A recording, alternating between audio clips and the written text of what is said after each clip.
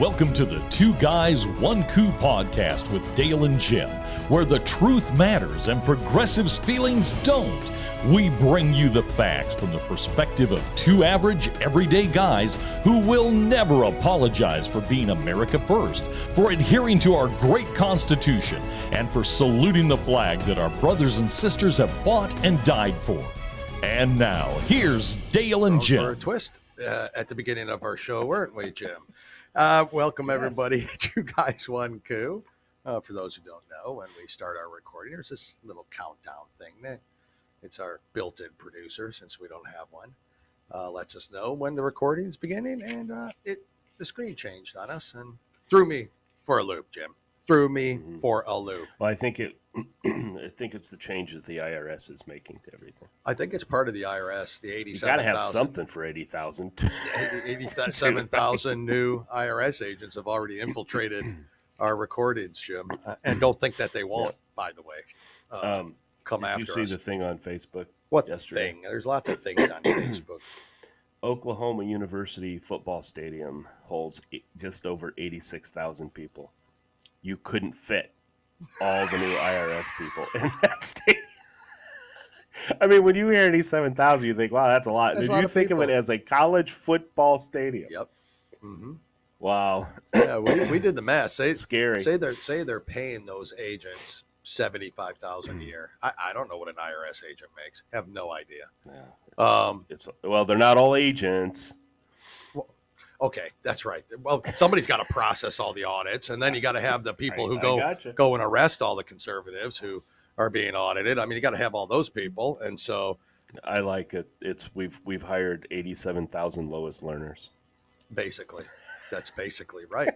That's what they did. Oh, and for real quick before we go on to the beginning topic of the FBI raid, for those of you out there who think and listen to the press secretary yesterday when Peter Doocy asked her, no one under $400,000 is going to be audited, correct? Correct, yeah. And she said correct. Yeah, she said it. But, folks, if you deal with Venmo or any other transaction, Cash App, wise, PayPal, that's what they're talking about. Yep. They're not going to audit that. They're going to see that you have it. Yep. And they're going to see, let's say you get paid to do something through that. Okay. And they're going to check your tax filing. Yeah. And if you don't count that in your taxes, you're screwed. You will be taxed on that money. Screwed. So that they did not lie. It's just another way for the left. You know, Peter Doocy kind of surprised me a little bit because it kind of let him off the hook a little bit because but trust me, folks, everybody, Dale read the statistics. And it's true. Okay? Everybody is going to feel this. Yes. In one form or another. Everybody. Just and guess who's being taxed the least when it all comes down to it? Who is that, Jim? Who's the uber wealthy. Oh. So Jim is look at the percentage graphs. Yep. Look at it. Yep. Oh, and for you people out in San Francisco, look past NPR. Look past CNN, look past MSNBC, because I guarantee you don't see this information on Of course. So anyway, that's of course a little quick. Yeah. Hit. So the uber wealthy won't affect Jim again, but little old thank Dale. God. Little old Dale will be hit hard. That $1 billion I earned. I wouldn't even. Of course, I only paid $2,000 in taxes though. So, I wouldn't even pretend to say it out loud how much money you have. When you have 87 children like I do, I know. You have to take care. That's right. That's right. Just think of the. And don't forget, Dale, I need your social number. Yeah. just think you just took care of all the tax credits and the stimulus checks you got from those 87 children of yours. Awesome. Always giving. Jim's always giving with the heart. Always giving. Always giving. Hey, I don't even know. Did I announce the show? I announced our. Nope, sorry. Two Guys, One Coup. Is that who we are? I think that's what we are. Episode 52. 52 of these babies out there. And growing, of course. I hope everyone enjoyed Joy's interview last episode, because that was phenomenal. I don't think you understand the significance of this. Of what? Jim, maybe I'm missing something. 52 episodes. That's We have now hit the same number of cards in a deck. Jim, that is I just don't know if you understood the significance. Same of that. number of weeks in a year. Same. I mean, that is significant. You know, That's exactly right. we're big time, brother. We're big time. Oh, and Cheers to us. yeah, here, cheers, brother. Cheers. We're also in the market for a editor and a producer. Again, That works for free. Again, no, not necessarily. There's the benefit of working for us, and that's priceless. Okay. You can't put a price on that. So, That's true. if anybody wants to take over the editing and producing and scheduling of interviews and all that, if anybody wants to do that out there, it's a good chance to start at the bottom and stay there. That's all I'm saying. It's a good. Someday you may earn 20 cents. I don't know. I mean, who knows? Someday it may be beneficial. We'll buy you an Amazon gift card. But yeah, that's right. But to get in on the ground floor of what the Two Guys One Coup movement is, I mean, that is priceless, Jim. That's specifically. Glenn Beck started from the bottom. He started from the bottom, and I'd say he's not there. So, hey, we all got to start somewhere, right, Jim? You know. Yeah. I think we're doing well, and our supporters are fantastic. They are. I have no issues with where we're at in our even though certain relatives of ours are pretty insulting. It kind of hurts my feelings. I thought this was a safe space. I mean, isn't this supposed to be a safe space? I'm offended. By some I of am it. too. I am really hurt and Insults offended. my dog. My dog too, Jim. Both our dogs. Of course. Larry, you're mean. Larry's he's obviously got to overcompensate for something. That's all I'm saying. That's all I said. Yeah, I know. I saw that. That was pretty So, cool. anyways, we got a great show ahead again today, folks. A treat. You get to hear Paige Miller again, her second appearance on the show, along with Ingrid Muse, who is a real close friend of Paige, and also a Moms for Liberty Hamilton County, Indiana chapter member, Paige being the chapter chair. They have a lot to go over. It's in re-listening to it. It was taped a couple days ago, but in re-listening to it, kind of editing it, putting it together, some unbelievable information, really, that you're going to want. It's shocking, and it continues, and it continues, and continues. And what's amazing to me, and go ahead. I was going to say, finish. No, just what is amazing to me is the stuff that's happening in Hamilton County, Indiana, where they are a force to be reckoned with there. So that kind of leads you to believe, where there is no chapter, where there is nobody really paying attention, how bad is it out there? So just stay tuned to that. You're really going to want to hear it. It's a great interview. Those two are fantastic. Again, we'll talk about it after. But and real quick, it's the stories that all of them have. They're similar. They're similar stories with each group, but there's just some differences because some groups are dealing with things more advanced than others. Correct. And so it's kind of, that's why we like it when you hear all and we're going to have every one of these guests back on again later. Oh yeah, for updates on how the school year is going, what they're seeing, what's going on. Yeah. Because folks, I don't know what the final numbers are because I don't think the final, we'll find out probably in September, October. But I know in Indiana there's a lot of people who've dropped out of the public school system. Exactly. We'll get the final numbers on that, but it's with school starting and just in our area here that it started today. So which seems really early to me, but awfully early. I mean, maybe they get out earlier. I don't really know the whole story. They do. But, they do. But still. Well, they get more time off during the year too. Well, and they have to, for like here, I know that doesn't happen in Florida, but here, snow days, they actually have to make that up. We didn't when we were in school. No. But that's why we're stupid. Yeah. That's why we were stupid. We get, they get hurricane days, and then they get, temperature might fall. I think you guys should go to school during temperature was going to be, somewhere near the 40-degree range. Well, we can't have kids outside in that. whatever. They get a lot of days off. As our kids are waiting by the bus, and if it hits -10, you still have to be out there. Still got to be out there. No excuse for not showing up. That's for sure. Jim, we do have a lot to. Anyways, the interview, it's about 45 minutes.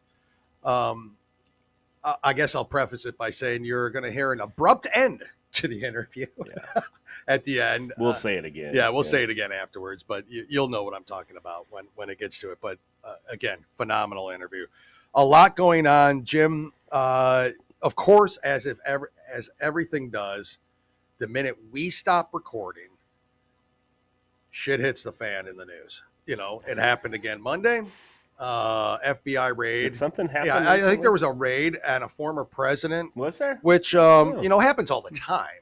I mean, that's just there's a lot of precedent. When Hillary was. Yeah. When they went after Hillary for all her emails that correct. She was. Yeah. Yeah. So they, you saw that raid there. Oh wait. That didn't happen. It didn't happen. So yes, as you know, and as everybody knows, the FBI, the most corrupt law enforcement organization in maybe the world. I can compare him to KGB now. Raided a former president, of course, and it was President Trump. And we're going to go over some things about this briefly. People are saying, well, it's not because of they couldn't get him on Russiagate. They impeached him twice. They couldn't get him on the January 6th stuff. So they're just pissed off and they're trying to get him on anything. I firmly believe, as I think you do, that it does have to do with January 6th. Oh, yeah. That they're trying to get him on something. And I think there's one step further. Not just the fact they don't want him running again. We all know that. We've known that since November 8th, 2016, when the Washington Post printed time to impeach. The day after. Yeah, I mean, I don't think he was even president for 24 hours. So I think, that's we know that. We know they don't want him to run again. We know they don't want him in politics, but they want even worse. And I think that's the fact that they don't want Trump's been supporting a lot of candidates out there, and he's been kicking ass in it. 15-0 in Arizona last week on his support. They want to tarnish. Arizona's a mess. They want to tarnish each and every one of those people. So it's not that they just don't want him. They want his name associated with them and tarnish it so those people do not take House and Senate seats come this November. 100%. I know that's what it's about. It's unreal. I've never seen anything like it. I texted Jim Monday night. I was so pissed off. I'm like, we got to do it like a special show. We got to talk about this. Like, I cannot. This is pissing me off to no end. When I heard it happen, I'm like, has this ever happened to a president, former president, in my lifetime, let alone history? I couldn't find any information on it. It has not, to my knowledge. This is a new precedent that they've set. And I'm telling you, I think it's going to backfire on them like it does everything else. I think they've opened a can of worms. They've released the beast again. They had the momentum with all this Roe versus Wade crap, right? They did. The Democrats had the momentum. It's like, they're taking women's reproductive. I like the women's reproductive right. No, you're still allowed to reproduce, by the way. But anyways, we'd much rather you didn't, most of them. But some of you. Yeah. But, I think we know the ones we're talking about. But so they had that momentum, and I think they just completely wiped that out. And I think they're going to miraculously find something in one of those 15 boxes that they took out of there. But go on, Jim. Concerns me. Yeah, go on, Jim. You've got a lot to say too. Well, I know just the excuses why they did this. Why they did it. Well, they met with him, and he agreed to return everything. It was a cordial meeting, and so he agreed to return everything to the archives. Yeah. Now we hear archives. What? Archives? What? Because we hear all the time, presidents take stuff. All the time. Everyone. Presidents have the highest class of top secret. Yeah. I don't know if you can get higher than what they can get. I don't believe so. So now, they say they were upset they were in Florida. All right. So if you look at everything on there, why did you have to use a judge that was an Obama supporter, defended Epstein? Yep. That wonderful guy. And Epstein's employees. Okay. Yep. Defended them. And donated to Obama. Agent, who is the head of the DC, who was involved in this raid, was the one that made up the whole thing in Michigan with Whitmer. Yep. And so, I mean, because he was in Detroit before. I mean, just look at the people involved in this, guys, and then right there is going to tell you. And then, of course, the head of the FBI. I didn't know this was going to take too long, so I have to get on a flight. Yeah. You're talking about Christopher Wray? Yeah. You know, guys, all I'm going to say is most of the people out there agree where we're coming from, but this president is more despised than anybody in the history of this country. Correct. And he's got a target on his back, had it since day one, just like Dale said. Yep. And but just know that with what they said the basis for this raid was, any normal thinking human being, it doesn't make any sense. It doesn't. They took a letter that Obama left him. Yeah. In his desk. That's what all presidents do. They leave a letter for the next president to come Correct. in. And President Trump, when he saw the letter, was very complimentary. Yep. The journalist who was in there with him said, "Can you share some of it?" He goes, "No, this is private. This is just him and I." But it was very well written, very well. And they took that letter. Why? And went through Melania's wardrobe. Yeah. Like and kept the attorneys out while they were doing all of this. Yeah, they were only showed the warrant. Yep. They weren't given it. They weren't given, just showed the warrant. So all of this stuff is it's sneaky. Wrong. But my favorite thing this morning Mm-hmm. was Eric Swalwell's concern now because Republicans are fomenting violence against the FBI and Attorney General Garland. I'm like, aren't you the same people that totally ignored the Supreme Court justices that were threatened? Oh, yeah. Or all the violence that happens in this country every day because of what you say? Yep. And now you're worried about what Republicans might do? What violence have we created so far? I don't know. You know? Yeah, we go down to Mar-a-Lago as support. Correct. To show support for Trump. No violence. Okay, but remember, we are domestic terrorists. We are domestic terrorists. That's right. And you know, we're going to be audited. We're going to be all sorts of stuff now. You know, I mean, there's going to be, but guys, I'm telling you, this is as usual. Yeah. This is going to backfire immensely. It will. Against the Democrats. They had momentum. They did. They had momentum going in. They have to do something to take minds off of this tax hike that we just got. Exactly. It's divert. They do it all the time. Yep. This is not a new tactic for them. Make no mistake, folks. Everybody is going to get hit with tax hikes. Everybody. Correct. I don't care what they say. You go through. Fox News was interviewing some people from the wonderful AOC's district, and these are supposedly Democrat voters. Who knows? But they're not happy because they're going to get their taxes raised. Of course, but they're still going to vote for it. Oh, of course they are, because it's not her fault. Yeah, you know. Exactly. Another thing, pay close attention. Pay close attention, indeed. The other thing I'm highly disappointed in is our typical rhinos out there, and I won't bring up your guy, Jim. I'll let that one slide. Look, I'll let it slide. No one's perfect. Tim's got a little bit concerned with him just saying, you know, let this all play out. Now, you have to come out and you have to be pretty firm that this is unprecedented. This is a political attack. Don't give me the bullshit Biden didn't know. Don't get now. Maybe Biden forgot. Oh, I guarantee you, Biden didn't know. You don't think you think he didn't? You don't think they even told him? No, I believe in my heart of heart he had no idea. Because I think everybody else in his administration did. Because they're afraid that he would talk. Oh, that's true. That's true about it. You can't put this guy in front of a camera and sit there and say, "Well, hell yeah, we had something to do with it." No, I agree. That's You're why probably he right. did not know. You're probably right. But I guarantee you, Merrick Obama Garland did. I guarantee you, Merrick Garland did. I guarantee you, Kamala Harris did. Yep. Nancy Pelosi did. Because with her little smirk attitude that she had during her interviews yesterday, exactly, they knew. They knew this was coming. That's right. They knew. So good point, Jim. Good point. I stand corrected. He probably didn't know. But like you said, though, you were right too. He might have been told, and then he forgot the next day. So it happens. He doesn't. I don't know if you saw the video of him trying to put his jacket on coming off of Marine One with Dr. Jill Biden by his side. Couldn't even find the armhole. Did you see the video of him shaking hands with Schumer and all that? And then reached out his hand again because he forgot he shook hands with Schumer. Nobody's there.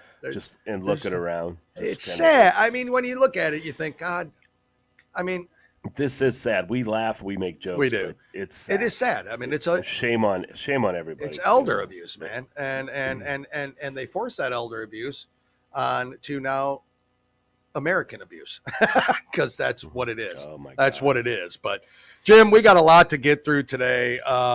Plus the interview. Stay tuned for that with Paige and Ingrid, Hamilton County Moms for Liberty chapter. We could go on and on and on about this raid. There's a lot of information, yet a lot of lack of information at the same time, oddly enough. But Jim, I'm going to let you. I think you went first last. I'm just going to let you go first again. So.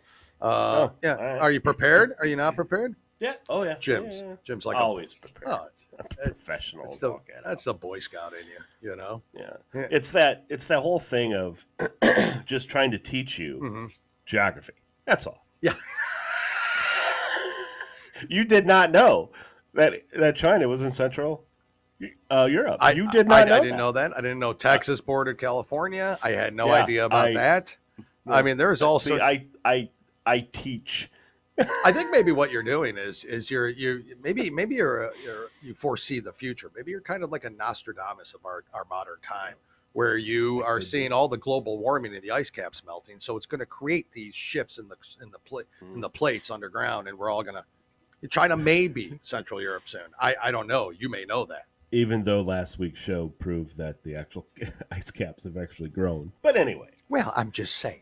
We digress. It wasn't even last week. Wasn't it Tuesdays? Was it? How long ago? When did you talk about that? Who knows? This puppy's really killing Is me, it, man. Jim? How is the puppy? We didn't even bring it up. Is it? I hope she's sleeping. If she whines again, just pick her up. We all want to see her. No, we'll be out. Huh? I'll be out. Crap will be all over the place. Oh my God. It's a puppy. Jeez, Jim. All right, Jim. That was good news. Thanks for the update. You're up first. Go. Okay.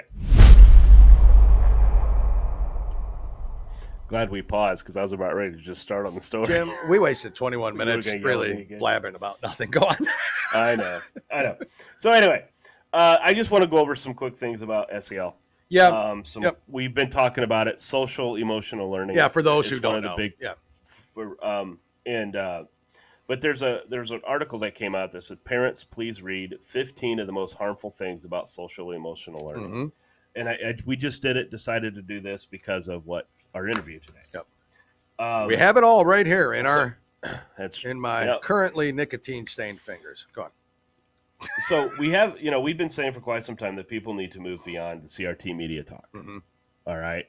Because we know CRT is alive and well. It's unfortunately everywhere. It is in SEL. Oh, it is. It's in there. It's in there. Yep. And so, and basically what this thing is about, and one of the focuses, I love the focus on this thing, and then we'll move on. Yeah. But just understand that there's some SEL vendors in our school systems across the country. So for those of you who have children, grandchildren, nieces, nephews, or whatever in schools, ask them about these curriculums for SEL, which we would consider vendors. Yep. Okay. Second step, Committee for Children, Learning for Justice. It's a Southern Poverty Law Center. CASEL, all caps, CASEL, and Panorama. Panorama is the one we've talked about with the very first interview with Paige. Correct. So, everything sounds good on paper, when they first, put it out there, but you got to read in depth. But now, CRT has 3 primary life cycles. Infiltration.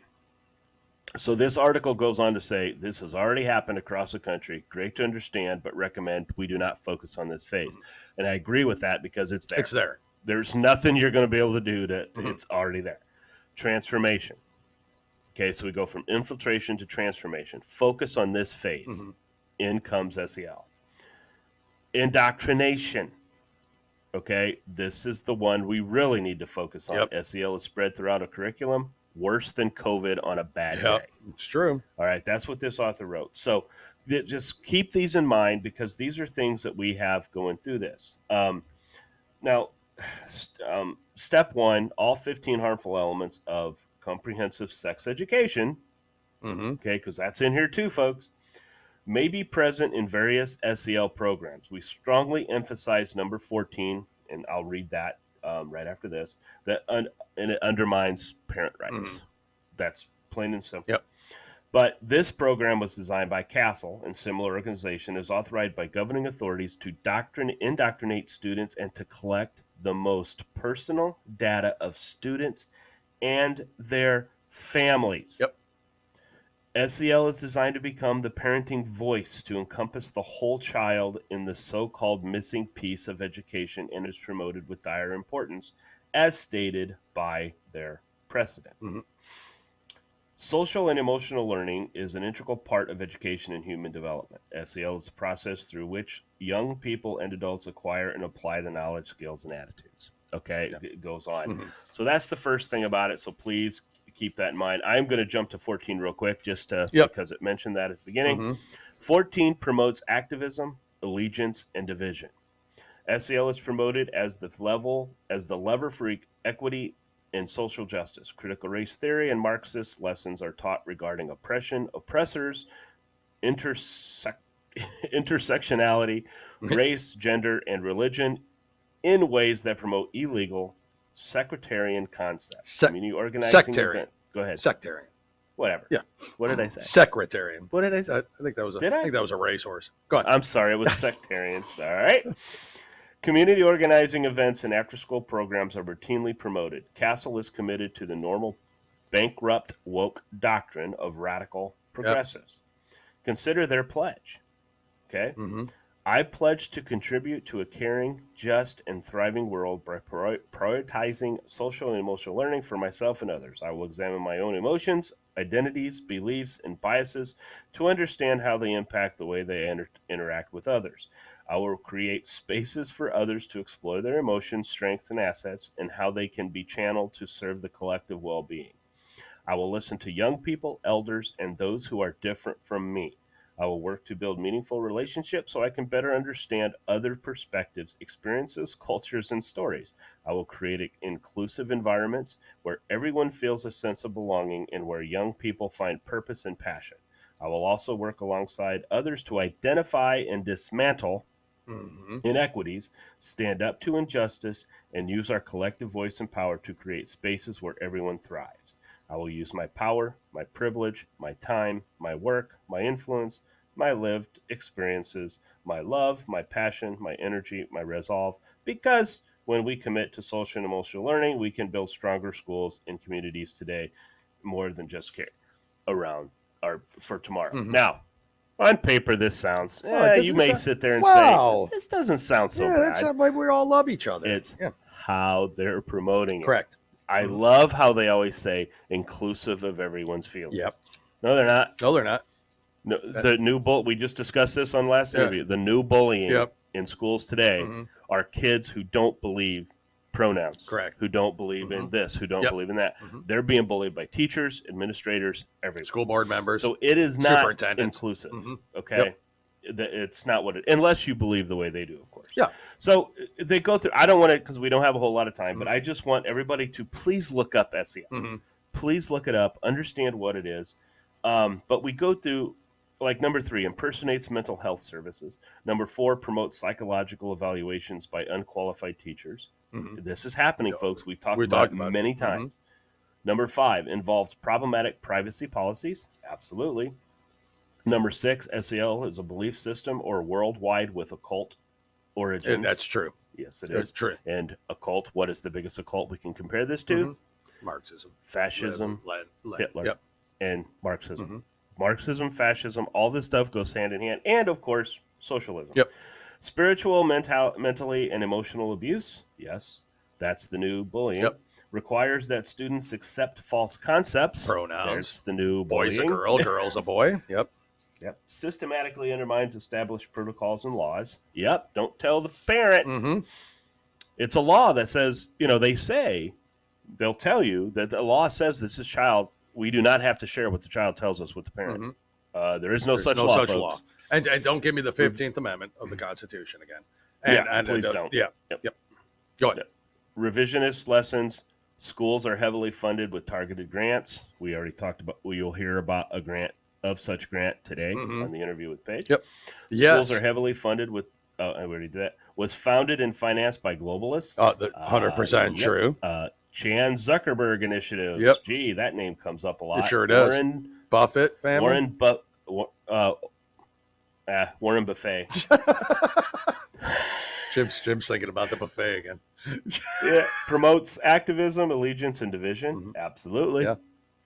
And requires special knowledge to expose shielding strategies, but you can fight back with all the information below. And so, like I said, we're not going to go into a whole bunch of this because we don't want to bore you, and we got a long show today.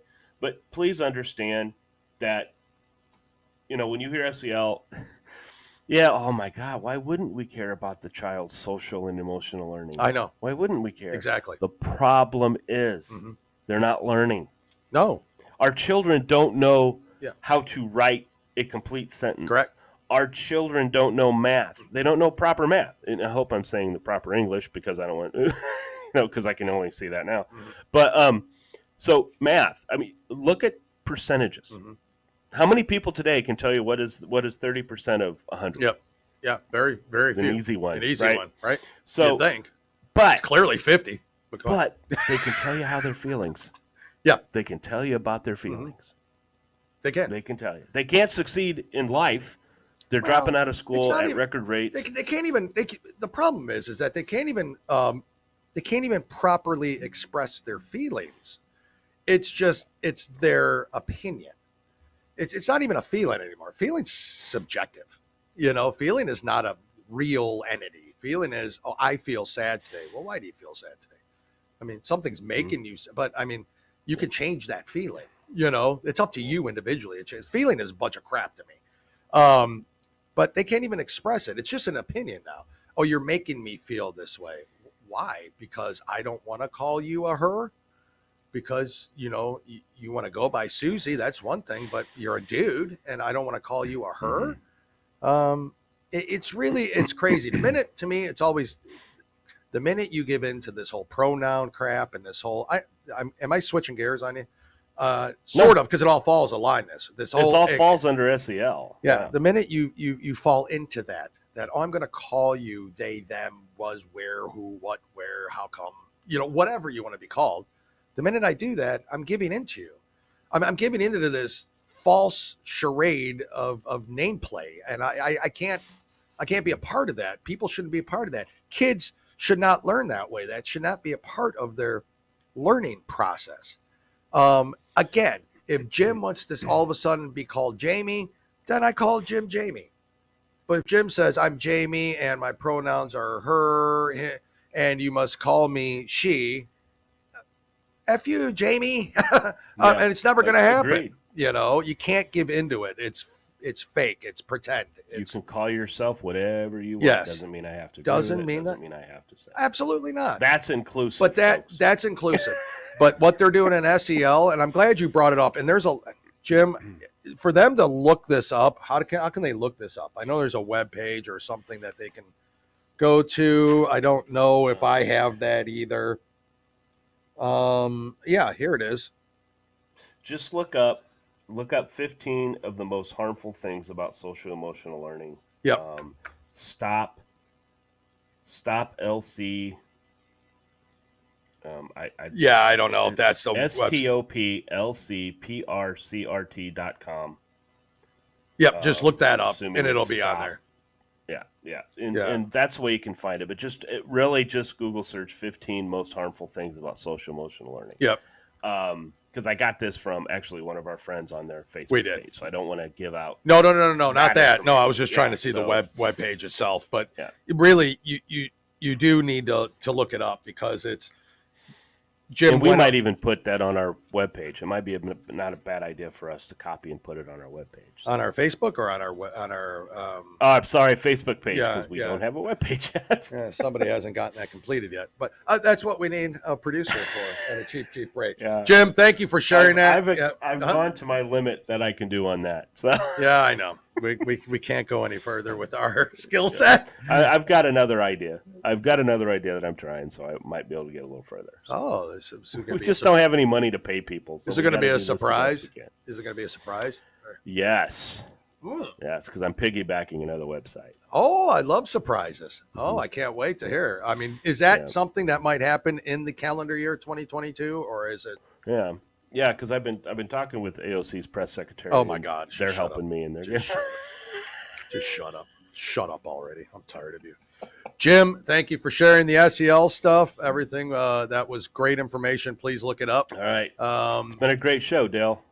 Moving on to more.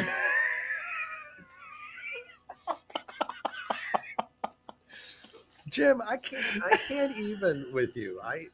I'm beginning to hate you. Like, is that? Uh-oh. Well, you know what? Some might say it's taken you a lot longer than most. I could never hate you. You complete me, Jim. I could never hate you. That's right. Wind beneath your wings. You are. Okay, we digress. Jim. We do that a lot. Yeah, Jim breaks wind beneath my wings. I'm going to move on, Jim. You ready? Okay. Let's do it. We're ready. We're ready. I don't even want to talk to. I'm talking to the audience now. I'm not even talking to Jim anymore today. Folks, listen, Jim, you can do what you want. Yep. Seriously though, to get into this, I want to first of all thank January Littlejohn for providing me with this story. She didn't personally provide it with me, but she shared it, and I was able to retrieve it and talk to her about it. And of course, she said, "Please talk about it. The more, the merrier." The headline reads as this: HHS, Department of Health and Human Services, for those in San Francisco, ignored experts in issuing guidelines promoting gender transitions for minors.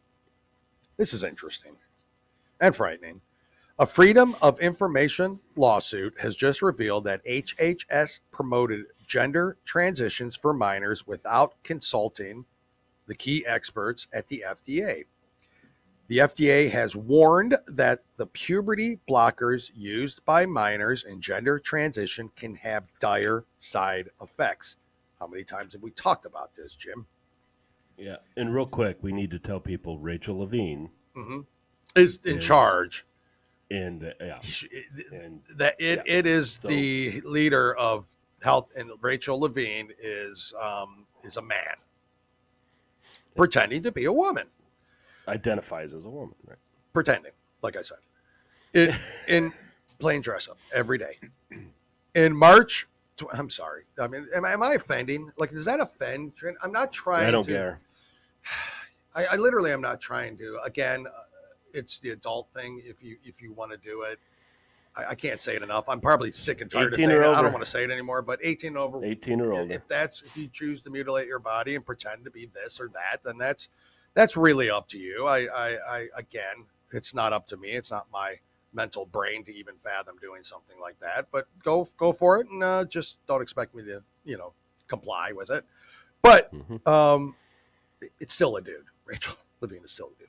In March 2022, the Department of Health and Human Services issued a document promoting gender transitions for young people, including puberty blockers during puberty, hormone therapy from early adolescence onward, and gender-affirming surgery such as removal of breasts and testicles, either in adulthood or case by case in adolescence. So, the leader of the HHS, a trans pretender, is the one who authorizes. Strangely, this HHS guidance document titled Gender Affirming Care in Young People was issued not by HHS agencies that have expertise in transgender issues, such as the Food and Drug Administration, which regulates drugs such as puberty blockers, but rather by the Office of Population Affairs, which deals with family planning, teenage pregnancy, and adoption. In Newsweek, former FDA official David Gortler expressed concerns about this and asked why the Office of Population Affairs was even commenting on gender transition treatments. As a former senior executive FDA drug safety official, I have to wonder why my 20,000 plus former colleagues at the FDA are not speaking out after being circumvented on transgender clinical pharmacology recommendations by an obscure, obviously unqualified HHS office. Oh, gee, I wonder why they circumvented them. Oh, where am I going here? The FDA recently added a warning to the puberty blockers used by transgender children undergoing gender transitions. The warning was added after the FDA had identified a serious potential side effect that can cause a dangerous surge of spinal fluid pressure in the brain, as well as headaches, nausea, double vision, and even permanent vision loss. As Goetler noted in Newsweek, the HHS gender affirming care at document claims to outline an established standard of care on how to proceed with social, pharmacological, and surgical affirmation of children and adolescents who identify as transgender. When announcing the new document, Assistant Secretary for Health Rachel Levine, which Jim recently spoke about, our pretend person, went so far as to state there is no argument among medical professionals, pediatricians, pediatric endocrinologists, adolescent medicine physicians, adolescent psychiatrists, psychologists, complaint filed in BFF versus HHS and FTD about the value and the importance of gender affirming care. Jim, is there something more important want to do over there with your videos in the background? I'm on TikTok. I went out anyway. No, I went out to what you're talking about, and I have it up on the screen. Okay. So just cut me some slack, and I tried to mute it, but it obviously didn't work. So anyway, go on with your story. How about instead of cut me some slack, a simple, I'm sorry, Dale. But not gonna happen. Simple. I apologize for once again my buffoonery. Thank you for apologizing. I appreciate that. At first glance, the HHS OPA document gives the impression that anyone and everyone should just start writing prescriptions and scheduling surgical procedures upon request. Observant scientists and clinicians, is that how you say clinicians? Will notice the document is most remarkable for what it doesn't say. As a pharmacologist, pharmacist, and research scientist who has dedicated his life to drug safety, drug development, and evidence-based clinical and non-clinical science and medicine, I have some important questions, starting with who the authors of this document are and what academic credentials they have. Puberty blockers and cross-sex hormones for gender transition are all off-label, non-FDA approved use. Right. I'd be curious what published studies were the basis for the HHS OPA recommendations regarding the use of these drugs. Were existing FDA and non-FDA drug safety databases reviewed to assess risk to gender appropriate and gender inconcurrent application and administration? More importantly, was anyone from the FDA even consulted? And if not, why not? Goetler was right. The experts at the FDA were apparently not even consulted by HHS leadership or the Office of Population Affairs before HHS issued the document promoting gender transition for minors. I'll finish with this. We know this because after I read Goetler's article in Newsweek, I, the author of this, submitted requests under the Freedom of Information Act, FOIA, for communications between FDA and HHS about the drafting or content of the Gender Affirming Care and Young People document on August 9th, 2022. What is today, Jim? August 10th. Yesterday. The FDA issued its response stating that a search of the covered FDA offices did not locate responsive records. Therefore, we have no documents to provide you. FDA would have such records if the Office of Population Affairs or HHS had sent drafts of the Gender Affirming Care and Young People document to experts at the FDA for their review. But according to the letter sent to me by Meredith J. Schlafer of FDA, no records exist. So they're just passing this through on some lower level FDA office, not people who deal with it, in order to what? Why are they doing this, Jim? Am I allowed to speak now? Sorry. Jim. I am trying to cover a serious subject. I know. Jim, wait, no, you shut up. You shut up, you son of a bitch. Listen, you son of a bitch. Shut up. What I was looking at. I'm going to mute you. I can clearly mute you on this end. But we talked about Rachel earlier. Comments. Yeah. She's pushing for this. Well, of course. She feels that children should be given puberty blockers. She believes children should be giving hormone therapy. And because I wanted to go back and make before I said that's why I was going back through. I apologize. And it's it's ridiculous. I just say it to razz you, right? I mean, I'm like, not. I know. Okay. I know, but I could really care less, to be honest. You seemed a little offended, a little liberally there. So I just wanted to make sure you were offended. Don't trust me. Of all the crap you've said to me, you think that's going to offend me? You're right. Okay. You're right.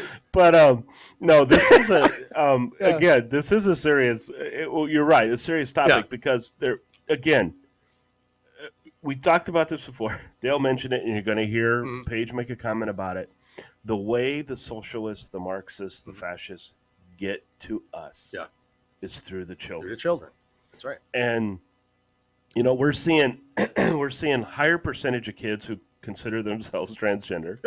Insane. We're seeing a higher percentage of kids gay, but in my belief in gay, as far as I think a 14, 15-year-old can identify I'm attracted to the opposite sex. I can see that. I can.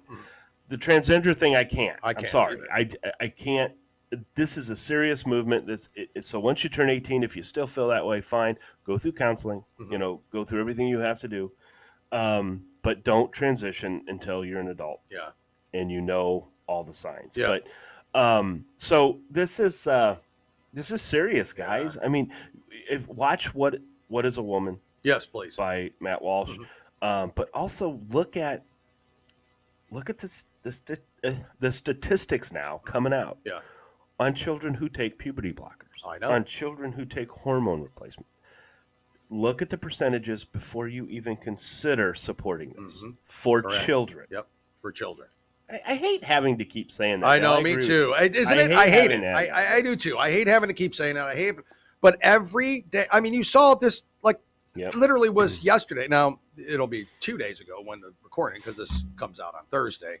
We record Wednesday evening. But this is literally what it's just recent. It just keeps happening and happening and happening. It's like, how do you not report on it? How do you not? Who's telling anybody about this? How would I know about this if January hadn't? I wouldn't have never known. Maybe. Where am I going to find that at? This information. And she is a legitimate source, folks. Oh, she is. Whether you listen to some of the media outlets or not, she is a serious source because she is a fighter. Yep.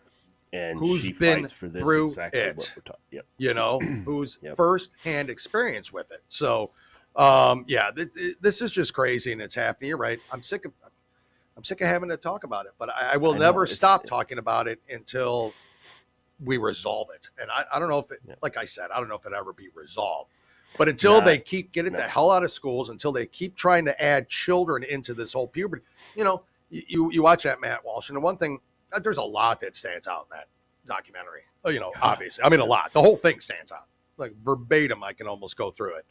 But it's the doctor sitting there, I love it, sitting there saying that, well, once we start on puberty blockers, if they change their mind, we just stop, and it goes right back to the puberty stage of the original sex.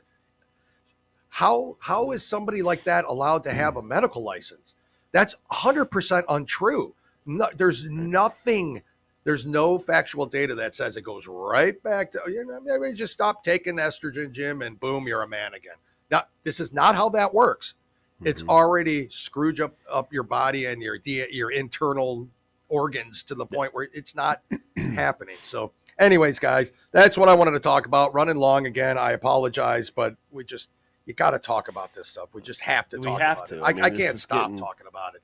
And now we'll be, in the shows to come, we'll be talking about the other issues. We will. I mean, there's a bunch coming up. School's starting. We feel this is very important that this stuff gets out there. I don't care whatever happening in the world, as long as there's stories like this, and as long as they're trying to hurt children in schools, I'm going to talk about it. You're going to talk about it. That's the bottom line. And we're going to talk about Moms for Liberty because they're a group out there fighting. And I know there's more. Well, there's other groups that do this, but they're really the ones taking. Gays Against Grooming. Yep, that is a legitimate group of people.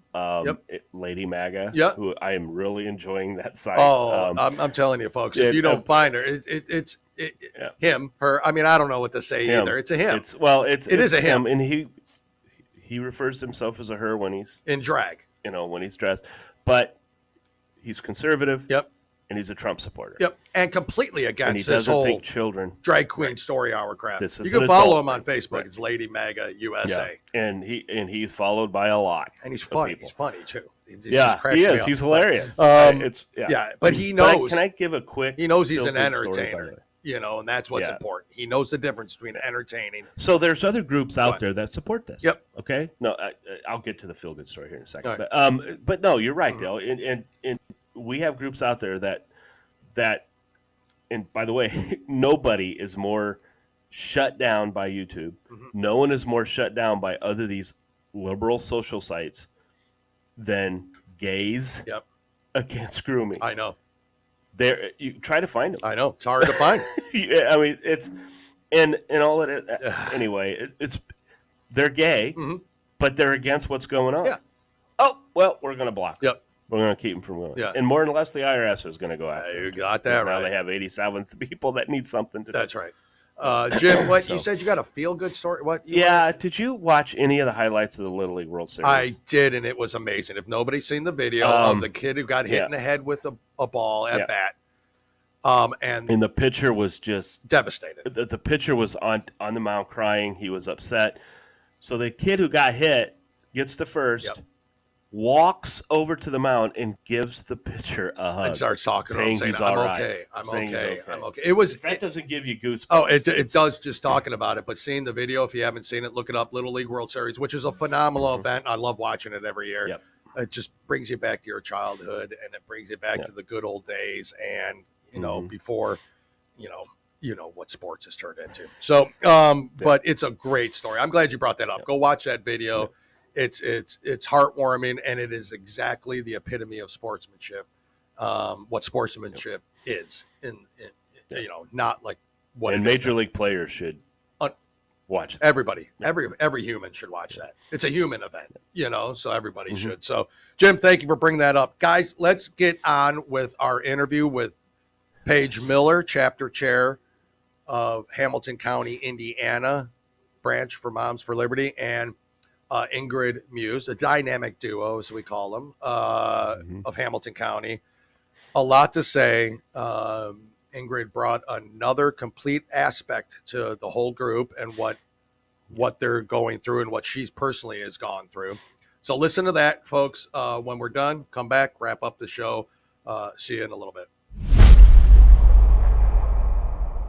Well, we welcome to the show today Paige Miller, again, second appearance, chapter chair for the Hamilton County Moms for Liberty group, and her trusty sidekick, Ingrid Muse, member of Moms for Liberty Hamilton County. Thank you both for coming on the show. We do appreciate it.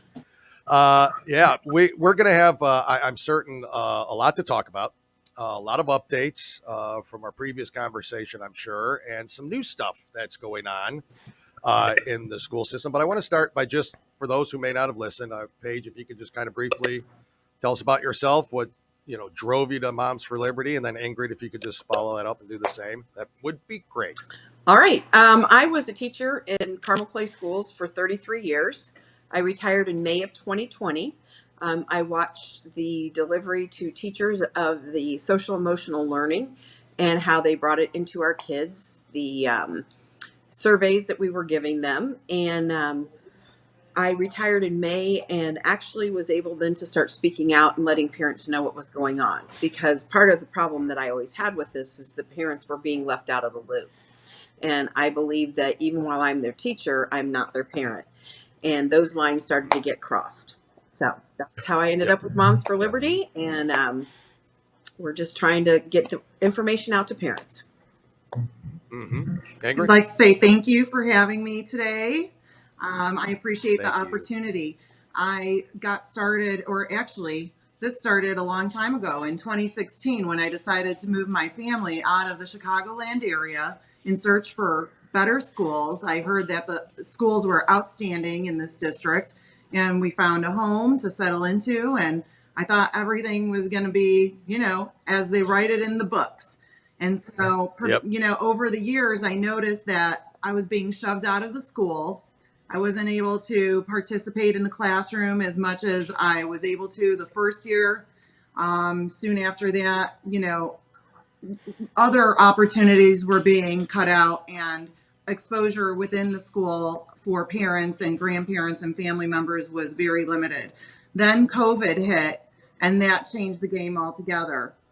As you know, when we went back into the school system, there was only opportunities to, be with your child within the media center if you were to volunteer on a permanent basis. That meant on a weekly basis as scheduled, and it was very hard to get anyone to substitute if you had any other, obligations. But I willingly did so. At the time, there was a reorganization within our school district and redrawing of district lines, and my son was redistricted to another school. That's another conversation. The implementation of the resources within that school and the logistics surrounding that, but mainly it had to do with I ended up pulling my son out of the district because there were no exceptions made for mask wearing. So that's how I got involved within, going to school board meetings and eventually meeting the members in Moms for Liberty. Yeah, we actually met at a school board meeting. Oh, you did? Okay. That's how I met Ingrid. I did not know her before. Yeah. Was that, and really quickly, Paige, was that so it was after you retired? Yes. From teaching and then met at a school board meeting? Yeah. Had you already been in Moms for Liberty, the chapter chair? Was it at that time or was that prior? Okay. Gotcha. That was prior. That was actually prior to It Moms was. for Liberty. We were with another group. It was actually, as you know, Moms for Liberty is a very new organization. Yep. And at that time, we only had one chapter in the next county over in Boone County. Okay. Yeah. And I was in communication with that group, but not a participating member, as I was not a resident within that county. Understood. And so how long has the Hamilton County chapter been? We started in January. You did? Okay. So January of 2022? This year. Wow. Yep. Wow. Yep. So you guys have really grown because your folks are listening to YouTube, but there's a group of people around you as well. There's a huge group. There's my exec group, and then we have amazing men and women both. Yeah. I mean, our husbands are both very supportive of us doing this. Sure. And that's the thing. Moms for Liberty is not just moms. It's dads, it's grandparents, it's aunts, it's uncles, brothers, invested community members. Yeah. Oh, yeah. Podcast. Yeah, that's right. So As word gets out, the membership is growing, and community or county chapters are starting everywhere. So we're up to 5. Yes, we're up to 5 county chapters within Indiana. We have a way to go, but that's reassuring that within that short amount of time, we've grown so quickly. And our chapter, Hamilton County, has grown a lot. Yeah. We have grown a ton. That's great. I mean, I can only see it spreading out because things we're going to talk about are happening not just there, but they're happening all across the state, all across the country. So I can't imagine that it just doesn't keep spreading and spreading and spreading, not just through the state, but across the country like it has. So I think 38 chapters now, I think. Is that right, Jim? Was that, or you guys know, is it 38 chapters? I think so, because there was 38 states, 200 chapters, over 100,000. Yeah. I want to make sure. But I think that sounds about right. I think that's right. Because I know we have another one in Indiana that's about to, if they haven't done so, they're about ready. And then I think Oregon has had a new one come up. The one in Indiana they're not certified yet, but they will be soon. Oh, good. So good. We'll move up +1. So that'll add another one. Good. Yeah. Very good. I just want to kind of get started really quick too to talk about in the previous conversation when you were on, Paige, we had talked a lot about, masks, gender ideology. I mean, we ran the gamut of things to talk about and kind of what started it all. What has improved, if you don't mind me asking, in the school system since Moms for Liberty has really been involved in and monitoring, what the board members are doing and all that? Have there been improvements to that? Have the mask things, all that? So I think one of the things that has improved is just the visibility, and we've got more and more parents involved and more parents asking questions. Okay.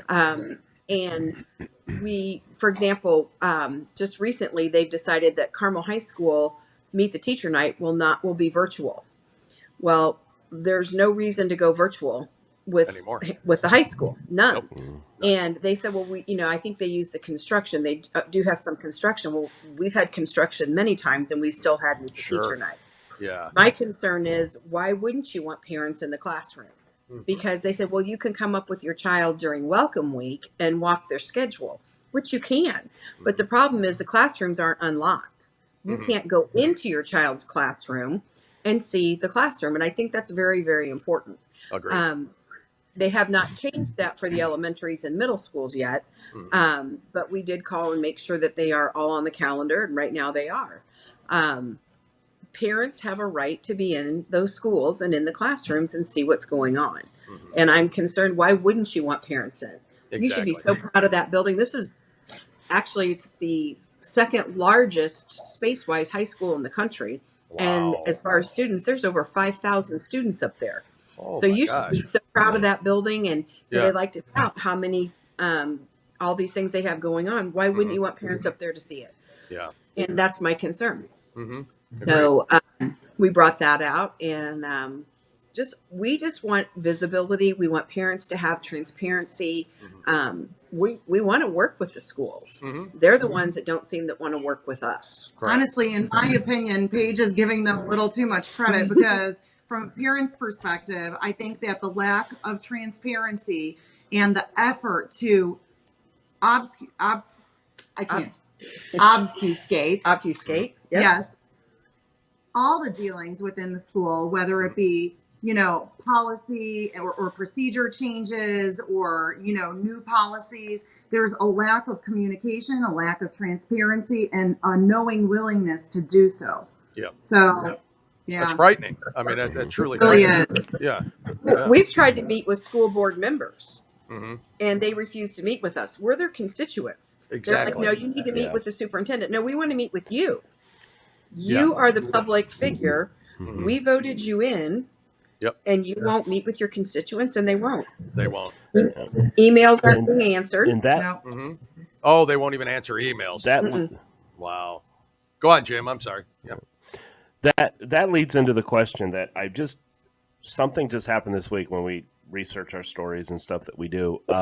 There was a school district. I can't remember where it was at, but the school board severely under budgeted what they were doing. And then we realized that, and I kind of knew it, but you didn't think about it. You have to have no qualifications for a school board. You just run, and you can get elected. And so with your school board, because we hear that they're not supporting you, do you feel there's anybody in your current school board that you feel is listening to you? Is actually 0 out of 5. None? That's are any of them qualified, like business owners, ran businesses, anything like that, where they have to budget things? I'm not sure about that, but I know that we have an attorney on the board, and he actively works to demean parents, to work in the best interest of the school and not the parents. So it's very, discouraging for a parent to even bring anything to the board when you're going to be, hit with such opposition. Correct. Yeah, that's brutal. I didn't know that. So so the school boards are what we've got to Well, what everyone has to mhm. get Right. people out to the people that really care about kids' And we- educations, not the little Right. extra money We they have get. 3 seats up in November.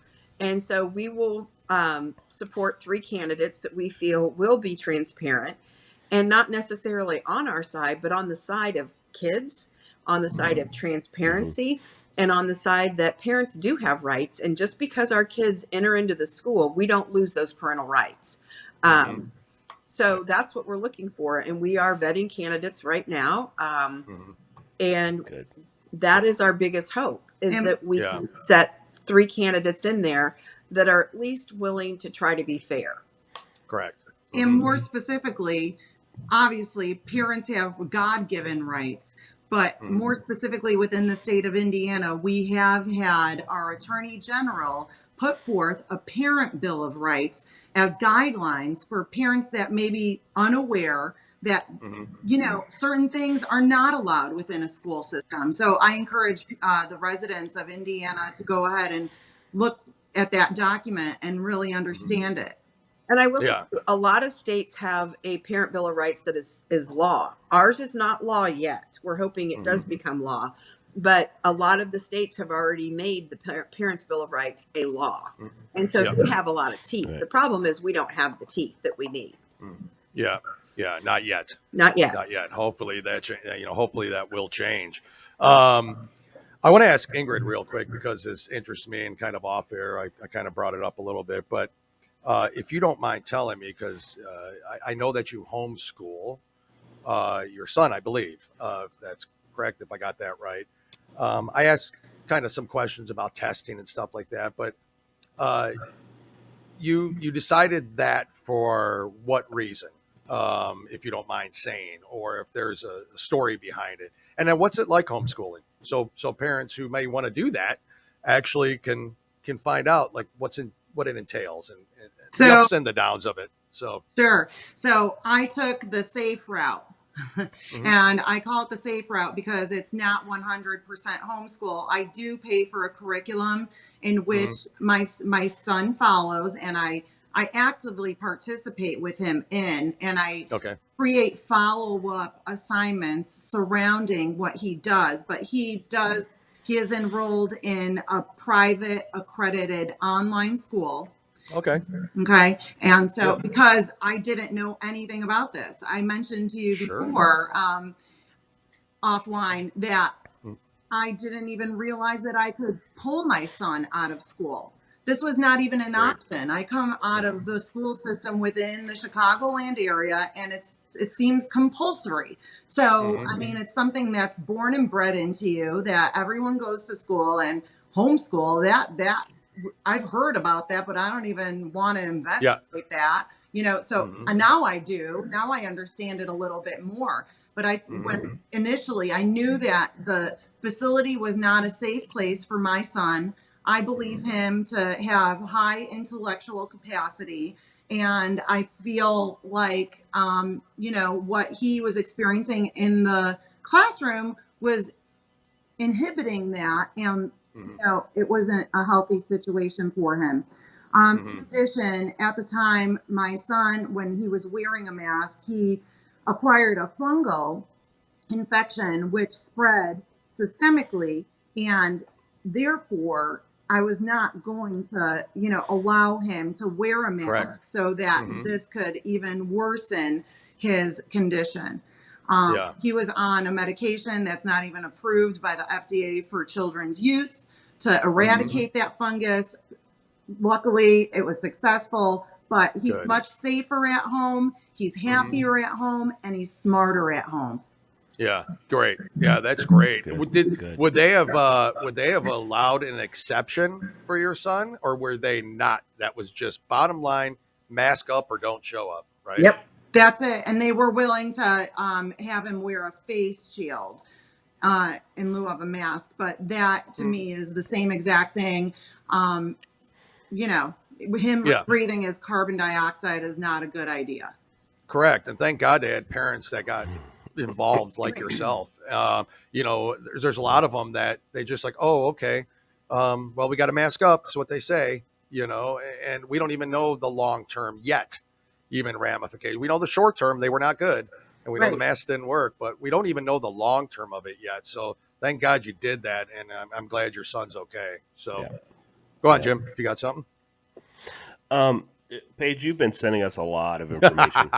You're just full of information. But one of the ones that keeps coming back to us is, and I ask this to as many people as I can, you being a teacher, retired teacher, but what we see all this transition talk, right? Kids can transition and stuff like that, which we know. I'm sorry, unless you're 18, it should never be discussed. And anyway, but discussed, but given proper help with parents' involvement. My biggest concern is you have teachers and counselors counseling these children towards transitioning. Right. Do they have any qualifications? No, none. None, right? And some of the things we saw from qualifications, which I love this, is that they do these little seminars. Right.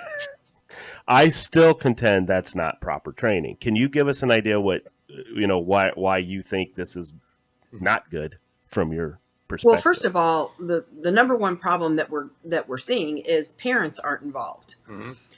And in fact, somebody asked me to come speak in August about CRT and SEL, and I said, well, that ship has landed. It is now embedded in the curriculum. That's done. Yeah. What we need to be talking to you about is the gender ideology, because that's going to be the push this year. And, the problem with this is it starts in kindergarten and first grade, because when kids are that young, and you have to remember, we have blurred all the lines. There are no concrete lines anymore. There's no black and there's no white. We've made a whole lot of gray for kids, and I don't think that's good for them. Nope. So when you get them in kindergarten or first grade and you read a book to them that says that their mom and their dad and their doctor all made a mistake, they're not a boy and they're not a girl, that's the beginning of the destabilization. Yeah. Because up until that point, that's how they have identified in their world. They've been a boy or a girl. They've identified as a daughter, a son, a sister, a brother. That's how they have identified. Well, and children at that age don't know enough to know when they hear those things to come home and tell mom and dad, hey, you know what I heard today? And so I've tried to tell parents, you're going to have to get much more savvy about the questions you ask your children when they come home. And you're going to have to be more pinpointed. The reason I think Meet the Teacher is important, the one place where we don't have visibility is the classroom libraries. Yeah. And I think that is where we need the visibility. And parents should have a visibility of what their children can get their hands on in the classroom. Correct. And when you start that destabilization in first grade, kindergarten, they don't know to say anything. It continues. You start introducing pronouns in third and fourth grade. By the time they do come out to their parents, if they do, you're talking it might be middle school. And by that point, that's when the parents hear it, and now they're ready to fight. The problem is the fight's over. Yeah. You've already lost mom and dad, and you don't know. They brainwashed you early. Right. It's been going on for so long. And now, parents, you've done exactly what the teachers and schools have said you're going to do. You're not going to be accepting of them. Yeah. And so they're going to say, mom and dad, you just don't get it. And now you don't. Yeah. And now you want to fight, and the fight's over. And the plan has been put in place at that point. Right. For a long time. And I sent you the, slides. I want to talk about that if you don't mind. Teacher training. Absolutely. This was a teacher training. And thankfully we are getting brave teachers that have had enough. Good. And this may be the one thing that they finally have had enough. This is not what they do. And they're taking pictures of teacher training. And I sent you that. Yep. And this was in our Hamilton Southeastern district, where they have gender support plans.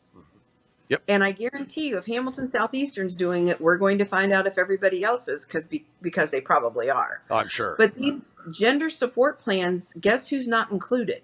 Well, yep. Wild guess, right? Parents. Yep. You're not included in the gender support plan. So this is something your child could have and could be part of writing, but you have no idea it exists. And this is K through 12, right? This plan? K through 12. These are gender support plans. It actually says not to involve the parent. Right. It does. And I'm going to put that it's up on the just recording. not. Like I'm going to actually put that slide up so people can see it and all that. But yeah, it says not to. I mean, I mean, blatantly do not tell the Right. parents, it's incredible. Right. How do you fight I that? asked our school board if we have a similar policy, protocol, or procedure, and I received no response. No, nothing. Not Zero. This is crazy. This is crazy. And it's happening in a district where you folks are present. So, the other 3,000, counties across the country where it's, there really doesn't have that presence yet. It's happening. Right. I mean, if they're doing it right in front of you folks who are actually paying attention, who actually have the ability to pay attention, what the heck are they doing to the other, areas that this may be even worse? This is crazy. How do you combat this? What is it? What can you do if they're not answering you, Ingrid, if your school board member, if the superintendent's not responding, how do you combat it? So I didn't answer an earlier question. Why is my daughter still in the public school system? Oh, that's right. She is older. She's in 7th grade. We talk about these issues in the home with my husband and my son.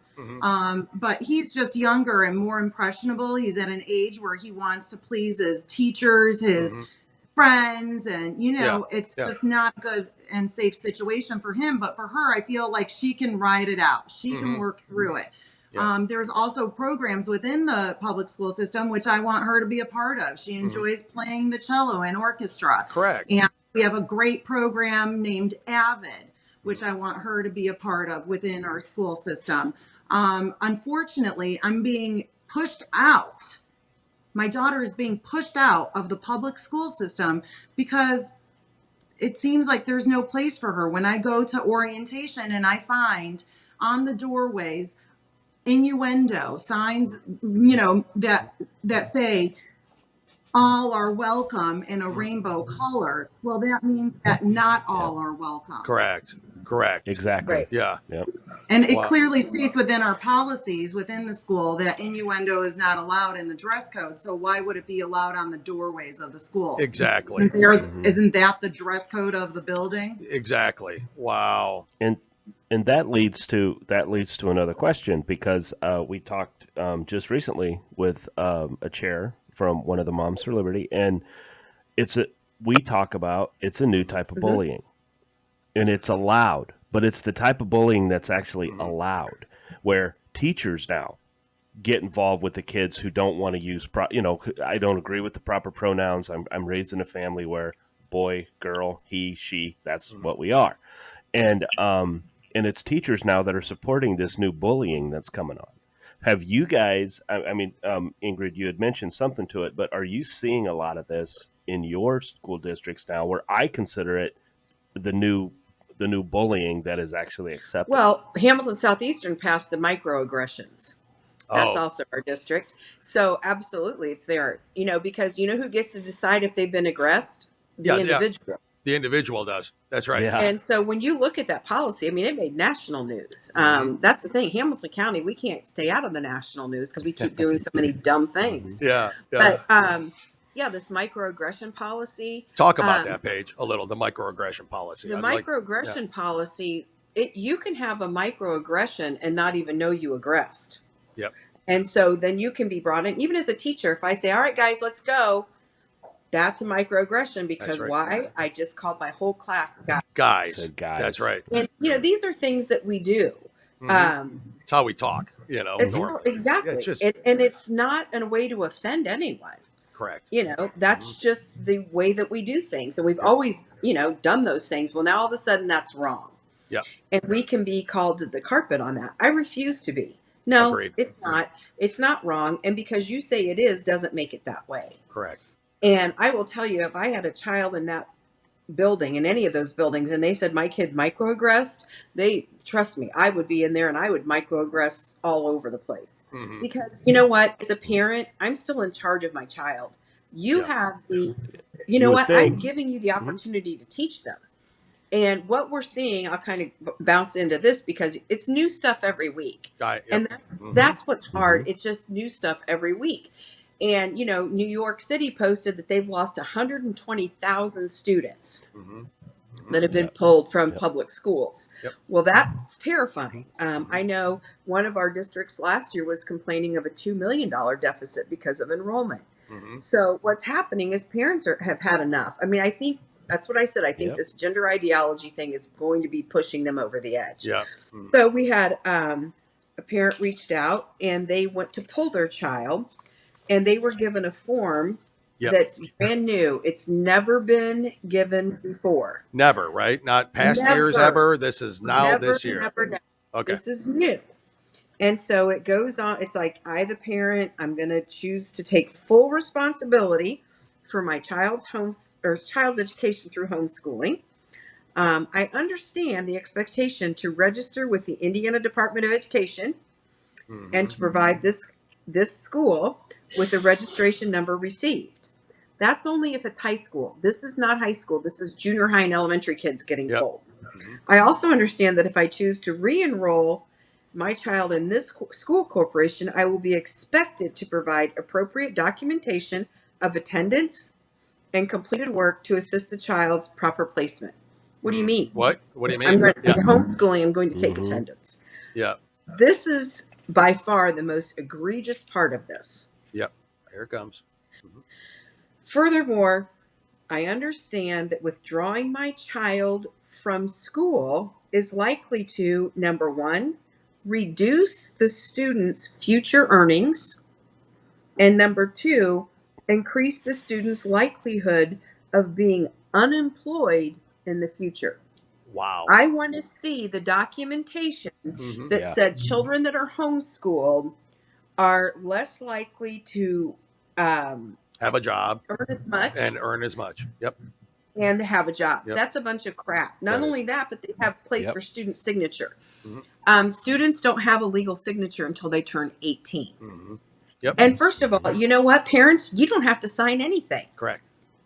You don't. Yep. They don't have to And you sign don't that have to form. That's register with the ridiculous. state. No, unless they're in high school. Mm-hmm. And you have every right. So what is this? This is a scare tactic. Yep. And this is trying to get Yep. parents to not pull their kids. Yep. Not because they want Mhm. to educate them and they think they've done the wrong thing. Mm-hmm. This is because they need the money. Yeah. And they're starting to see too many kids getting pulled. Yep. And I think the schools are well aware that trying to pull a referendum off in this country right now, Hmm. and that is not going to happen. Correct. So what are you going to do to get the money? Yep. Oh, you know what? You should have thought about this before you let all this craziness in. Before you went woke And and now- everything. Yep. So that's exactly right. Well- That's astounding. Well, Amazing. and I'm going to bring this up while I'm on a roll Go ahead. because they want to talk about, Roll away. you know, that I understand that my kid's not going to have future earnings and increase the unemployed. Well, how about we talk about this? Mm-hmm. Yep. This Yep. right Yeah. here, folks, is the state of Indiana. Mm-hmm. And this is the number of kiddos, and this is for the entire state, of 3rd through 8th graders. Mm-hmm. In 2011, our students in the state of Indiana, 71% were proficient in basic minimum standards. Which includes math and right, there's two. English, math, English language arts. Yep. And this is the minimum. Minimum standards. Yes. Minimum. 71%. Minimum standards. Okay. Yep. In 2022, 30%. But I don't want to just focus on percents because when I look at this as a teacher, Mm-hmm. I look at this as these are faces. These are kids that sat in a classroom Not Right. numbers. for Yep. 180 days, folks. We tested this year 491,610 students in 3rd through 8th grade. Wow. Of those kiddos, 342,906 are not proficient. Not. Gosh. That And is so you look- unreal. Yeah. 300. And that's minimum. standard. That's And minimum. you know what? Mhm. These school improvement plans are coming out in September. Yeah. They're Well- going to be full of gender ideology. Trust me. Wow. But these kids are really versed in their feelings. Right. Yeah. though.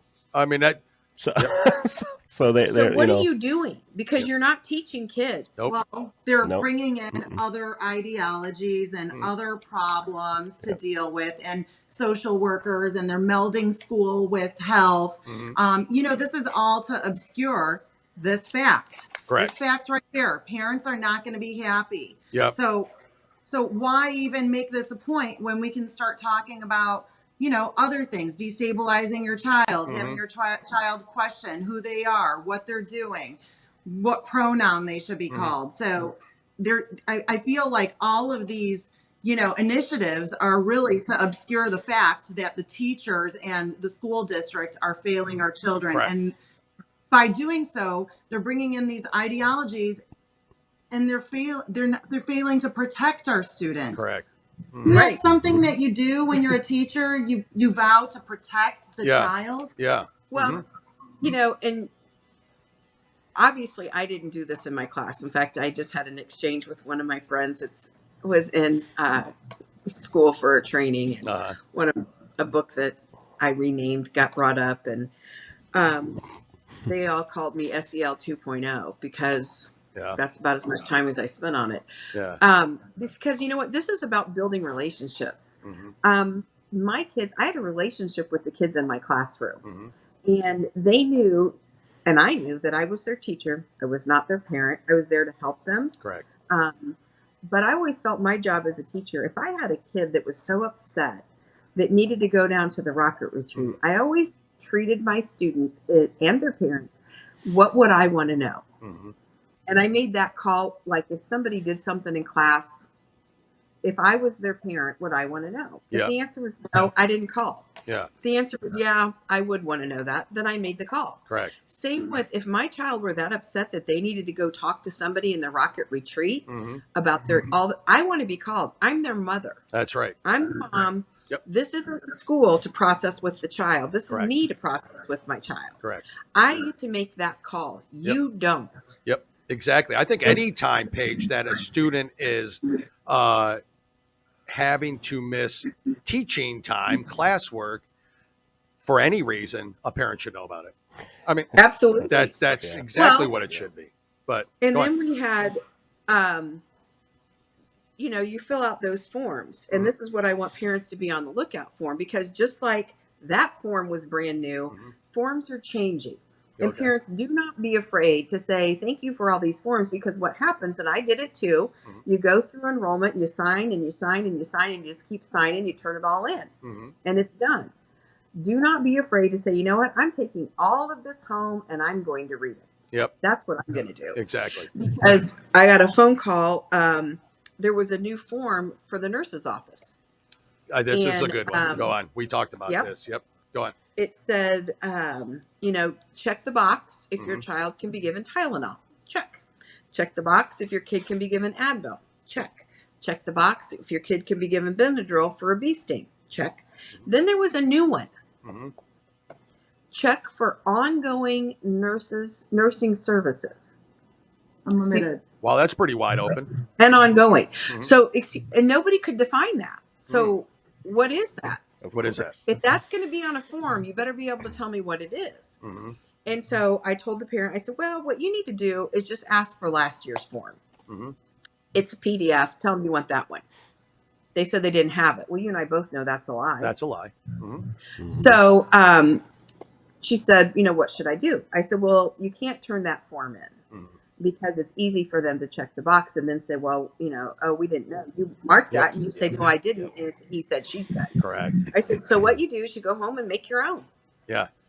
And you give it to every teacher, you give it to the nurse, you give it to all administration, and then you send a certified copy to the school. Yep. They know you mean business and that's all the services you're allowing for their child. And I said, you can even put on there, I do not allow ongoing nursing services. You can say that. I'm not having that. Yeah. Well, so I posted that. And then all the people that love me so much.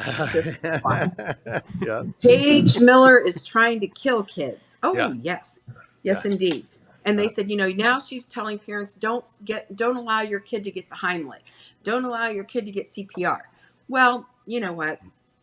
either they're really stupid or they're just playing dumb. Either way, it doesn't matter to me. Yeah. There is something that's been a legal precedent that says, you know what, teachers are in place of parents and able to make those decisions. Yeah. So we'll say that I have Dale's kid in my class, and Dale's kid is choking on a Jolly Rancher. I don't run over to my computer, pull up Dale's name or pull up the child's name, see if they've okayed the Heimlich, and they haven't. I say, oh, bummer. Well. Could you get on with that? Because See you later, Dale Jr. Yeah. Yeah. you know, that's not how it happens. No. Obviously, I see a child in duress. Yeah. I rush to that child. I'm going to perform the Heimlich maneuver Correct. and hopefully save your child's life. Same Yep. thing if I find them non-responsive. I'm not going to just keep teaching, you know, states and capitals. While the kid's I'm laying going there. to, Yeah. right. I'm going to see, do they have a pulse? Are they breathing? Yeah. You know, I'm going to follow the protocol to take care of your kids. So it's just absolutely ridiculous to think that I'm telling, you know, teachers, let kids die. I mean, that's the stuff that they do. And it just sounds so stupid. It's to the me. extreme. It's the extreme. It's so Right. extreme. It's stupid. And they Well, don't even and- see it that way. You know. And the problem is we have enough stupid people Right. out there, because I don't call them ignorant anymore. I'm Yeah. calling them stupid. Stupid people out there that Right. buy it, that believe what they're saying, Absolutely. and it's just so wrong. Right. Yeah. And Yeah. And What was this form? Can I ask real quick? This form, was this in the Hamilton County School? That's where it came Yeah. from? So it did Yeah. come from there. Okay. Yep. Which is, that's going to be similar. These things spread like wildfire. So it's going to be similar Right. in a school district, you know, outside of Hamilton County. It's, you know, I think a lot of times they disguise it like, well, ongoing services. Most parents will be like, well, sure. You know, whatever. I mean, yeah, I mean, Right. I mean, honest to God, I mean, for many reasons. One, because, well, I ain't got time to sign all these forms. It's Right. a shame. That that's the case. But they disguise it with pretty shiny words that make it seem like it's all well and it's all good.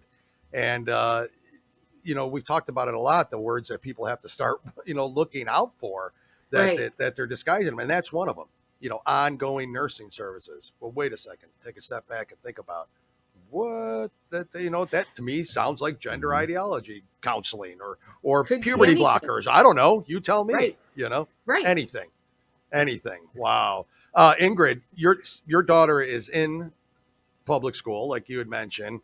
And then you talked briefly about her being kind of put on the out. Is she, I don't want to be a personal situation or anything, but does she get any backlash because you are in Moms for Liberty and they know it, or are they watching out for her, or is she, nothing like that's happening, I hope. Nothing Yeah. like that has happened, but that's always in the back of my mind. Yeah. I mean, just because I am vocal within the school district, just because I do meet with the superintendent on a monthly basis, just because, you know, maybe some teachers that call themselves the radical maestra or follow that account, for example. That's where a lot of those posters that were posted in the school yesterday while we had our orientation came from.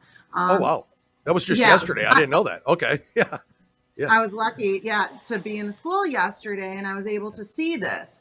Yeah. That there are teachers that follow, you know, activist leaders calling themselves radical maestras. If anyone doesn't know what a maestra is, that is a teacher, Yep, radical that's right. teacher. If you want your child, you know, being taught by a radical teacher activist, then welcome to public school. I'm not saying all of the teachers follow this, you Correct.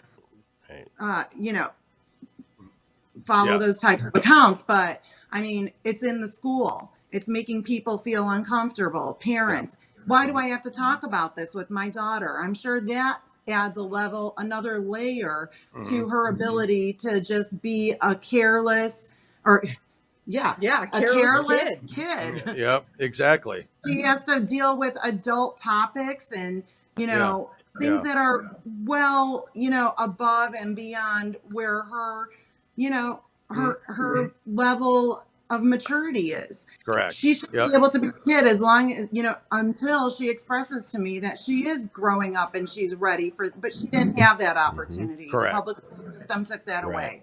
Took that away. That's right. So did our government, by the way. Yep. Well, exactly. Go on, Paige. Indiana has a comprehensive sex education program, so a lot of this gets brought in that way. Yep. Correct. And Yep. I've taught 4th and 5th grade for years, and we always let the parents know this is what's coming up. We're going to show this movie. You get to come see it, because you know what? Not every kid is emotionally ready for that. Yeah. And we've always believed that you all know your kids better than we do. And if you think your kid's not ready for it, you have every right to say no. Of course. I'm not ready, or my child's not ready, or just flat out no. You don't have to give reasons. Yeah. They're your children. Correct. And that's what we've forgotten. These are not our kids, and we've got parents that are children or teachers that have said, "I'm your mom now." Oh my gosh. No, you're not. No, you're not.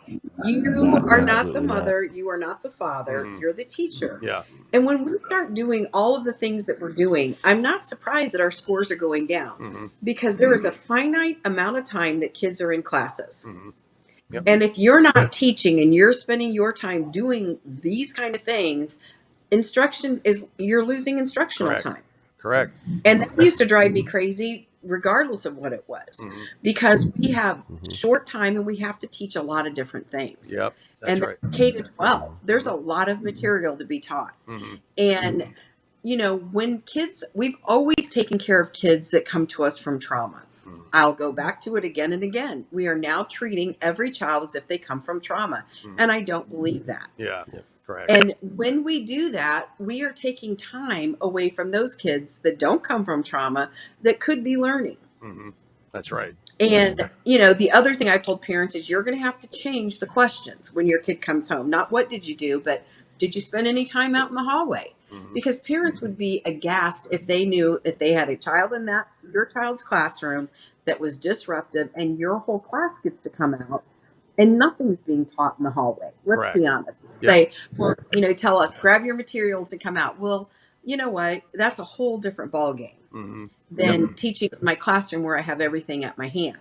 But now we're having a child that's disruptive that is tearing apart the classroom while the rest of us sit out here. And parents are never told that their kids were brought out in the hallway. And so now I'm telling you, parents better ask.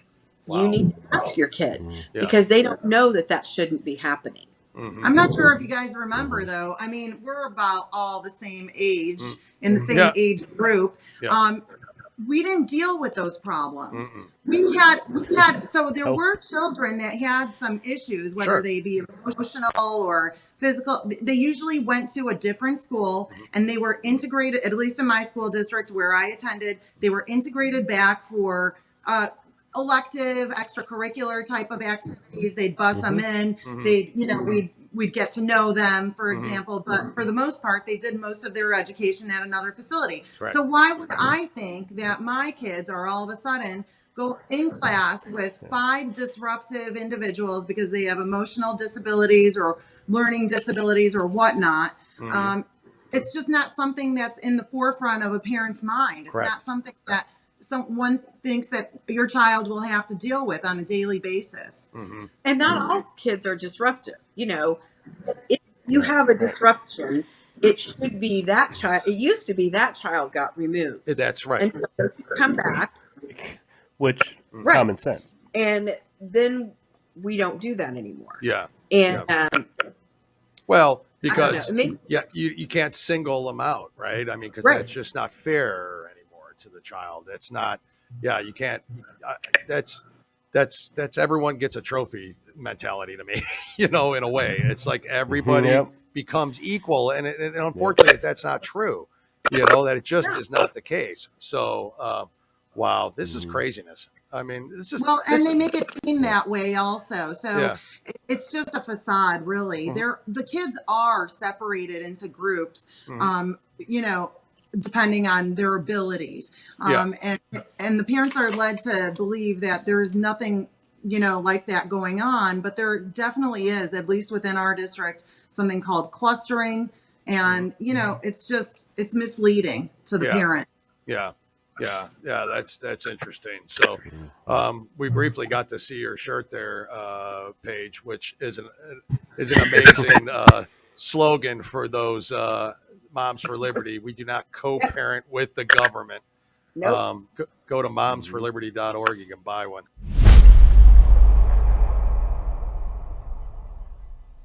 Well, again, thank you, Paige. Thank you, Ingrid, for that. Folks, sorry about the abrupt ending. A little funny, kind of story is that the whole, right before, you might have even seen it on the video if you're just listening to it, Paige plugged her computer in, and then right when that happened, something happened, and bam, that's it. It's just me and Jim talking to each other, and we get that enough. So we figured, okay, time to just end the interview right there. So sorry about the abrupt ending, but I think you heard a lot of information, and they'll be back. They're going to come back. But incredible stories, incredible information, and like we had said, the battle that's going on just in Hamilton County, where there is a major presence of Moms for Liberty who are watching over all of this, and they keep doing it and they keep pushing stuff into the school system. But Paige and Ingrid and their group and Jennifer and all of them that are involved in this group, they are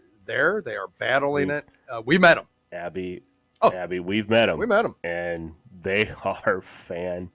Yep, and they are just, and that's just the people we've met from that group. And they've got a long list of supporters. There's a bunch of them we haven't met. Correct. Yeah. But thank you for coming on and sharing again. It's always valuable information. Paige, a show favorite of ours, that's for sure. And a good friend, and a good friend. I think they all are becoming good friends. We get a lot of information from her. We do. Yeah. We do. She's great. Yeah. So we love having her on. We love talking to him. I hope you guys have all enjoyed that. At least opens your eyes, I think, to what's going on. And especially since school is starting. I mean, it's starting back up. Like I said, here it started today. Other areas, it starts next week, the week after. Either way, by first of, week in September, everyone's going to be back at school.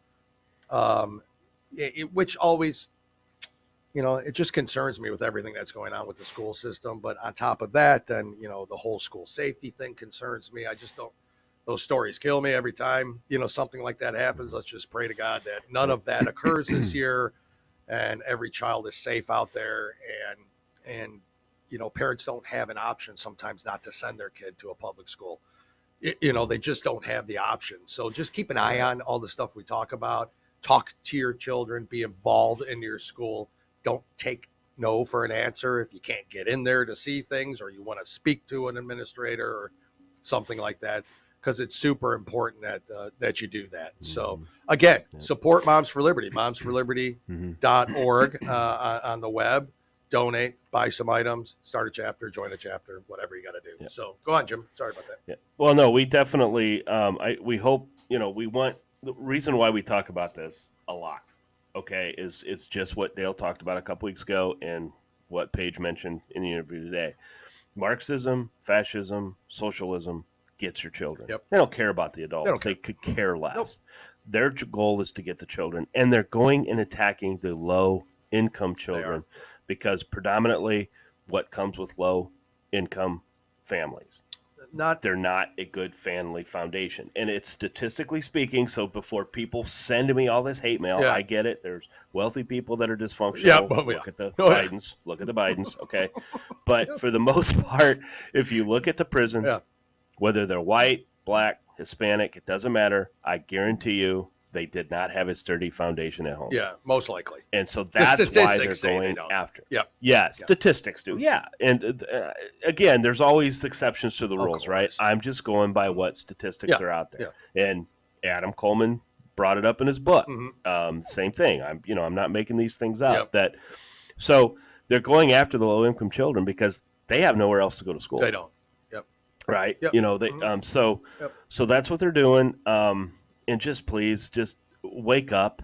And I know if you're watching those stations that we talked about before, maybe turn the channel. We do. we hate watching these things. I look at them all just to make sure. But it's horrible. It is horrible. It's our children, guys. That's why we talk about this. That's why we keep bringing it up. It's true. Because that's how this country gets changed. Exactly. It's children. Exactly. So, and they've got to be protected. Jim, thank you for your contribution today, even with your little snafu during my segment. It always happens. I'm kidding. I feel some people might not know that I'm kidding. I don't know why I keep saying I'm kidding, because some people might think that I was actually pissed off at you about that. I think most people that know us probably. I mean, I don't think you've ever done anything to truly piss me off. maybe on some other, maybe some potential, professional things outside of this, you might have pissed me off once or twice, but I don't know what you mean. well, I remember briefly before we go that we were in a meeting together, let's just say, and I was taking some bullets about a subject that we had briefly talked about before the meeting, along with another colleague. And I'm like, okay, guys, we got this. I go in there and I'm just taking heat. Boy, am I taking heat. And there's Silent Jimmy over there, just not saying a word. I mean, you'd think I would forget about It's that. It's funny when it happens to But you. I'll never forget that. Oh, it was so funny. Remember me bitching at y'all afterwards? Oh, it was so funny. Oh, yeah, I remember. That was funny. Yep. Oh, my gosh. It wasn't funny at the time, but it was funny at the time because I knew exactly what was happening. Dale's going to be Gotta read the room. asshole. Yeah, I just You gotta read the room. yeah, I mean, we knew the room. I knew it was going to be heat. I just thought I'd have, soldiers by me. Instead, there I was, sent out alone on the front lines. Throw the guns down and run the other way. Jimmy waved the white flag, and off he went. I'm French. As most French do, that is correct. Anyways, guys, thank you again for your support. Thank you for listening to that page. Ingrid, thank you again. We've got more interviews next week. We'll touch on those. You'll know what's coming up on there. Guys, follow, support. If you're not sharing, I don't know if it's just because you don't want to, or if you're lazy, or if you really don't like Jim. But share away. Tell your friends. Because if you like Dale, help support Dale. Help support. If you could help support me, that'd be great. I understand that Jim's with me, but I can't. I mean, it is what it is. Two guys, right? One His coup. ego gets bruised a little It's bit. two so guys, it's nice to pick him one up. coup. So I needed another guy. There's Jim, right? Anyways, like, share, follow. Mark will tell you at the end how to do all that stuff. Yeah. Give us some reviews. Even share it with some liberals. We have invited Jim liberals on the show, and guess what? No takers. No takers. Not a one. Well, there's certain things we demand, of them, and when you say that you need to bring facts, it's amazing how they stop wanting to come on the show. You don't even hear from them again. They just want to use the talking points. That's all they want to do. Okay, okay, fine, use the talking points, but I need statistics. Can you or I need facts. Back up your talking points with facts. And I guarantee you, if you say an interview on CNN, no, not factual, so you need something else. I mean, maybe there's some fact in it, but do the digging part of it. That's fine. They might say something that might be true, but because in every story, you're right. In every story, there's facts. Maybe. I don't know. The fact is usually when there is a search warrant given. Yeah. It is to obtain some type of evidence for something. For something. You're right. Okay, so that could be truthful. Yeah. But then when they... it's not January 6th. Oh, no.